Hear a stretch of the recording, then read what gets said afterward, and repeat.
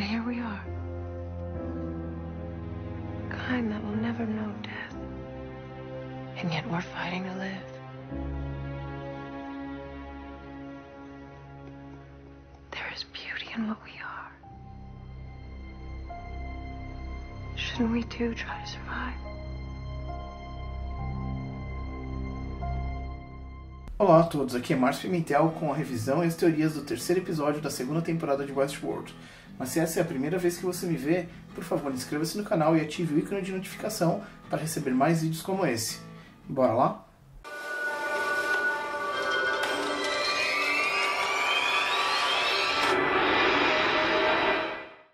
Finalmente temos um vislumbre do tamanho do mundo criado por Robert Arnold.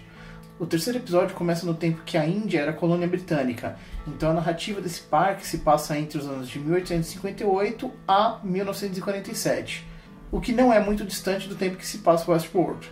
Para ser sincero com vocês, eu assisto os episódios sempre pensando na possibilidade de haver alguma narrativa do passado. E a princípio eu achei que a cena de abertura era no passado da personagem Teresa Cullen, mas isso caiu por terra quando foi mostrado que a cena estava acontecendo em tempos atuais. Embora eu ainda acredite que vamos revisitar a personagem que foge do Tigre Bengala, uma vez que se perdeu muito tempo durante a abertura para essa cena toda, o que em minha opinião seria muita coisa apenas para ambientar o telespectador da existência de outros parques. E eu acredito que ela vai voltar para os outros episódios, principalmente porque quando ela chega onde vai ser o começo da jornada para a caçada dos Tigre Bengalas, podemos ver que ela tem um diário. Nesse diário tem um desenho, e esse desenho é muito similar ao símbolo que Bernard encontra dentro do host que era o pai de Dolores. Conforme eu havia comentado no episódio anterior, o foco do terceiro episódio iria mudar. Não iríamos ver o Homem de Preto nesse episódio e provavelmente iríamos ver mais do arco de história de Bernard e Charlotte e da Maeve, Hector e Sizemore. De fato, o episódio foi bem marcado pela presença de Bernard e Charlotte, também tivemos uma boa dose de cenas com o grupo da Maeve. No entanto, esse episódio continua um bom tempo focado em Dolores e Ted. Ou seja, nos episódios 1 e 2 foram dadas as motivações e objetivos de cada personagem, e até mais ou menos o episódio número 7, vamos ver o que vai acontecendo no meio do caminho. E tendo isso como ponto principal do episódio, mesmo que tudo de forma geral tenha tido menos revelações, ainda temos muito sobre o que comentar. A maior revelação de todas, pelo menos de forma velada e assumida, foi a de Dolores em conversa com o host que vivia seu pai, assumir que o ponto principal de sua libertação foi a escolha que ela fez de puxar o gatilho, de definitivamente usar uma arma, corroborando a ideia das decisões tomadas dentro da teoria do labirinto de Arnold, de que cada decisão tomada levaria para uma consciência própria. Eu confesso que nesse momento a personagem de Dolores me assusta um pouco. Isso porque no primeiro episódio ela diz que não é mais Dolores ou Wyatt, que ela evoluiu. Mas vamos tomar isso como verdade uma vez que ela se libertou da sua narrativa por conta própria. Se a mudança que aconteceu em Dolores fosse em um humano, que experienciou ter a vida calma e simples como a de Dolores, e depois tivesse mudado para o que é o Wyatt por causa dos horrores da guerra, esse humano seria um amálgama das duas narrativas.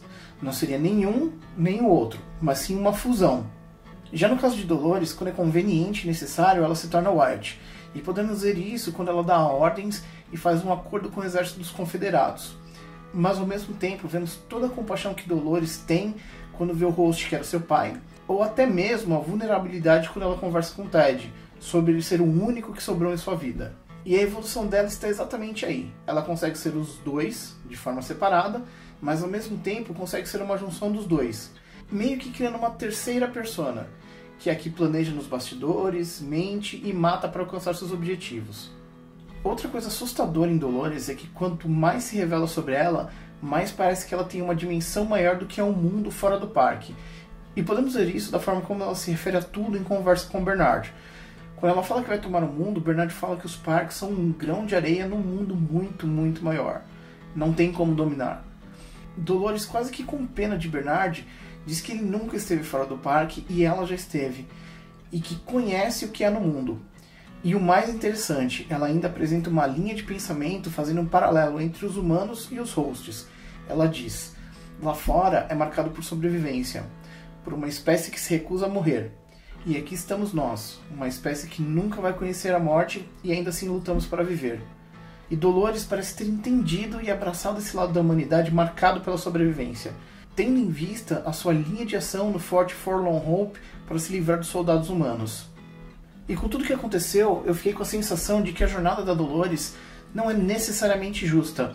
A forma como ela age é muito cruel, mas logo na sequência vemos uma cena de Ted que nos faz pensar que os hosts não serão todos iguais. Mesmo que Ted não tenha o mesmo nível de consciência ou até mesmo as lembranças de suas narrativas passadas, ele ainda não consegue abraçar essa visão que Dolores tem de dominação mundial. O próximo arco de história eu vou chamar de Jornada para o Samurai World, que obviamente conta com a presença de Maeve, Hector e Sizemore. A primeira coisa a comentar sobre esse núcleo é que eu ri alto quando eu vi Sizemore de chapéu e puxando um burro. As caras que o ator Simon Quarterman faz quando se sente em uma situação ridícula são maravilhosas. Mas voltando para o resumo, essa jornada tem o objetivo de encontrar a filha de Maeve, que está no Parque 1, Setor 15, Zona 3. Mais uma vez, diferente de Dolores, Maeve tem um senso de autopreservação muito forte, mas ao mesmo tempo não consegue esquecer sua filha. Com todos os upgrades dela, ela se tornou independente, sem ter necessariamente duas narrativas. Ela não é mais a dona do cabaré, é apenas a Maeve, a mãe que defende a filha, horas do Homem de Preto, horas da Nação Fantasma. E percebemos esse lado da Maeve quando nos é mostrado que, ao ver os nativos da Nação Fantasma, ela tem recordações fortes do que eles fizeram com ela e com sua filha no passado. Nesse momento também vemos que Hector, o personagem de Rodrigo Santoro, é cheio de recursos. Ele fala a língua nativa da Nação Fantasma e acaba falando que só quer passar, o que eles podem fazer desde que eles entreguem Sizemore. E esse ponto da história é muito importante, porque conseguimos ver que, aparentemente, os hosts conseguem distinguir quem é humano ou não, porque o índio nativo americano fala que ele, Sizemore, não faz parte do mundo novo. Maeve sabe da importância que um refém como Sizemore tem, além do conhecimento para achar sua filha, e ela quase que implora para Hector que precisa dele vivo. Aparentemente, o comando que Maeve tinha sobre os hosts não está mais funcionando, quase que como se ela tivesse os recursos para não se preocupar no central de comando, mas dentro do parque todos os hosts são iguais. Isso meio que me parece com a obra do Robert Ford. Eles conseguem escapar da Nação Fantasma entrando em um elevador que dá acesso aos túneis subterrâneos abaixo do parque. E nesse momento vemos outra coisa extremamente interessante. Sizemore percebe que há algo definitivamente errado. Os hosts estão saindo da narrativa de forma que ele não acreditava que fosse possível. Ele não consegue entender o envolvimento de Maeve e Hector, e chama atenção para esse fato. Hector fica furioso, dizendo que ele não sabe nada de sua vida, e em seguida ele repete as falas de Hector antes de Hector começar a pronunciar. Ou seja, eles ainda estão presos aos comandos e à narrativa, o que nos faz pensar que mesmo que atinjam consciência, essa consciência ainda vai ter um vínculo com a sua programação de narrativa original. Esse episódio termina com Sizemore dizendo que eles estão no Samurai World e que deveriam sair de lá. Mas antes que alguma coisa possa acontecer, vemos um guerreiro correndo em direção a Maeve com uma espada prestes a atacar. Se a história seguir a mesma linha de raciocínio que eu mencionei anteriormente, os comandos da Maeve não vão funcionar, e a única forma dela se salvar é alguém atirar nesse samurai, o que provavelmente vai ser o Hector. E por último, temos a história contada pelo núcleo de Bernard e Charlotte, que já começa em tempo real. Lembre-se que Bernard está experimentando amnésia e está saltando no tempo, então sua narrativa vai e volta algumas semanas no passado. Charlotte fica muito impressionada que Bernard conseguiu sobreviver ao parque, mas acaba perguntando para Bernard como o host Bernard conseguiu escapar deles tantas vezes, e acaba saindo com um grupo que vai atrás do Fort Forlorn Hope, onde está o host Bernard. A função de Bernard nesse ponto da história é mostrar os acontecimentos do passado e do futuro. É através dele que vemos o que aconteceu desde a morte de Robert Ford. Nesse episódio podemos ver a conversa inteira que ele teve com Dolores, onde ela diz: "Você não se lembra de quem é, ou até mesmo do homem de quem você foi baseado." E a próxima cena de Bernard, que estava editada nas pequenas lembranças no primeiro episódio, ele atirando com uma metralhadora do grupo de humanos que estão tentando recuperar o parque. Como eu disse anteriormente, o arco de Bernard vai ser o que mais precisamos prestar atenção. É durante a sua aparição no episódio que podemos ligar a cena do parque indiano com o símbolo no arquivo que está escondido dentro do host, que era o pai da Dolores. Em outras palavras, além dos acontecimentos relacionados aos hosts e a sua revolução, mais a aquisição de consciência, temos esse mistério que acontece em paralelo, que é o arquivo que está dentro deste host. Agora o curioso é, se Charlotte estava oficialmente dentro de Westworld para pegar a informação contida no arquivo, não existiria necessidade de outra pessoa, através de um outro parque, recuperar essa informação. Ou seja, existem duas forças trabalhando em prol da mesma informação. Eu acredito que uma dessas forças é o Logan. Ele ficou na sombra de William desde que seu pai foi meio que obrigado a se aposentar por causa dos problemas médicos. Aparentemente ele percebeu uma ameaça onde os personagens de William e James Dallon viram uma oportunidade financeira. Para finalizar a revisão, temos Dolores saindo do controle e fazendo tudo a qualquer preço para alcançar seus objetivos. Inclusive, podemos ver isso na cena que mostra a decepção que ela tem com Ted a não matar o Major Craddock. Acredito que ela vai acabar matando o Ted, que é o que vemos boiando no fundo do lago no primeiro episódio.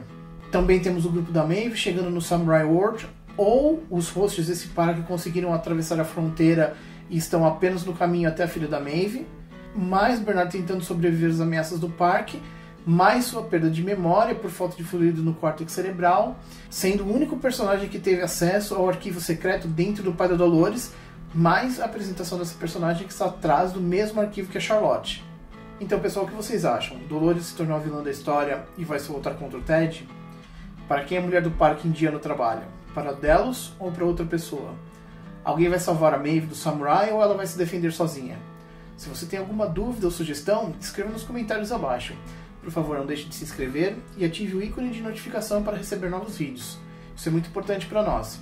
Por hoje vamos ficando por aqui, nos vemos no próximo vídeo e tchau!